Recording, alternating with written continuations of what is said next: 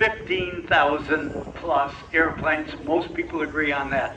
And by the way, that was the second highest production rate of an airplane in World And they're War talking II, about the only T6 exceeded by Texan. the B-24 bomber. So the books say. Don't come to me and say you were wrong, Clisher, because that's what I do my research. And all right, so over 15,000 built. Now the assembly line was started up in Canada in the 1950s. Around 1952, a company called the Canadian Car and Factory Company, who had been building airplanes during World War II, they cranked up another production run. And when you ask about why they did that, an aging airplane from the 30s, reassembled in the 50s, that was for the United Nations, nations around the world. In the text, it said that 70 nations from around the globe used this aircraft as a trainer. Some of the Central American companies could not afford both a trainer and a fighter, so it could be armed when necessary with bombs and rockets and guns, and used both as a light attack aircraft during a skirmish, a border skirmish with a Central American country, or going back to the training environment. Now, what about longevity? Well, the aircraft was in use for a long time. The last military in the world to use the T6 SNJ Harvard was the South African Air Force. They only discontinued the airplane in service in 1996. Think about that. What a great airplane, being able to be utilized as a trainer for all those years. That was really important during the Those airplanes were sold Angolan War. to some airshow pilots and general aviation pilots in very South deadly. Africa. They formed a formation team called the Exxon Flying Tigers.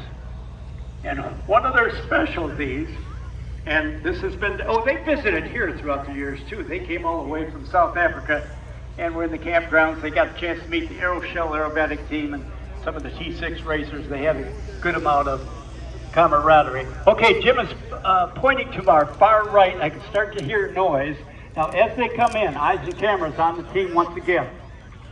And if the visibility is correct and they're able to stick with the script, this will be an exquisite. Oh, they've got it. I can see them now too. Smoke is on. Diamonds in trail.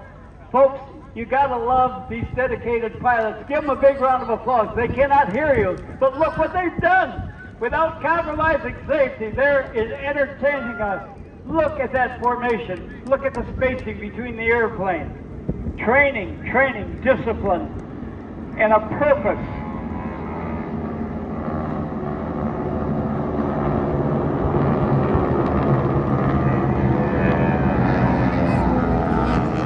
And that great noise. When you look at the distance from the wingman behind the leader, the spacing, look at that spacing. That is so hard to do, the discipline of formation flying. It's one thing to do it straight and level. Now see, they're going to start that turn. That's where the outside guy has to go faster than the inside guy in the turn, and adjustments have to be made. The leader always has to think about the lag of his pilots behind him. So there's always a little bit of a hesitation before you start a gentle turn. Hey, there's our eyes in the sky, Jim. See them up there just to the right of the formation? Keep it an eye, that's the eagle eye is what it is. Now, the other thing when they came by, the airplanes were so great that when the Korean War cranked up, the military went out and bought a number of these aircraft from civilians. They put them back into use in Korea. Now, what they did, they had marking rockets underneath the wing. Lancet In 320. Korea, they called them mosquitoes. And here's the reason why. When a number of them came by, they had that sound like a mosquito. Like a mosquito gets in your ear and you want to slap your ear. That's what the noise of that high-pitched rock. The sound tips are actually going into supersonic flight. So that's how they got the name mosquito in the Korean War. And they were deadly. They would find an enemy ground position, a gun position. They'd mark it for the fast movers. The fast movers could be World War II piston-powered propeller-driven fighters, or they could be some of the brand new things called jet fighters, Jim. Oh my gosh. That's never going to work. This was never going to work. But they did, and we did. Carbon series. All right, now that you know you got to make a And this is big an RV. sweeping turn, and the next one's called the parade pass. Okay, it's going to be an option for them, just to let us know based on their. That's a tiger. No, maybe a cheetah on the right. Let's see, let's From go back from Grumman. the South African Air Force. The airplanes went To surface. Jabiru to the Some left. of the airshow pilots got together and formed a formation team, and they were sponsored by an oil company. So pretty fast planes. Are what they were called. Here's one of the things they did. They had 4 harbors because they were South African. They would lower the gear, lower the flaps, go out to an inland lake, and hydroplane. They'd water ski with their wheels on the water in formation.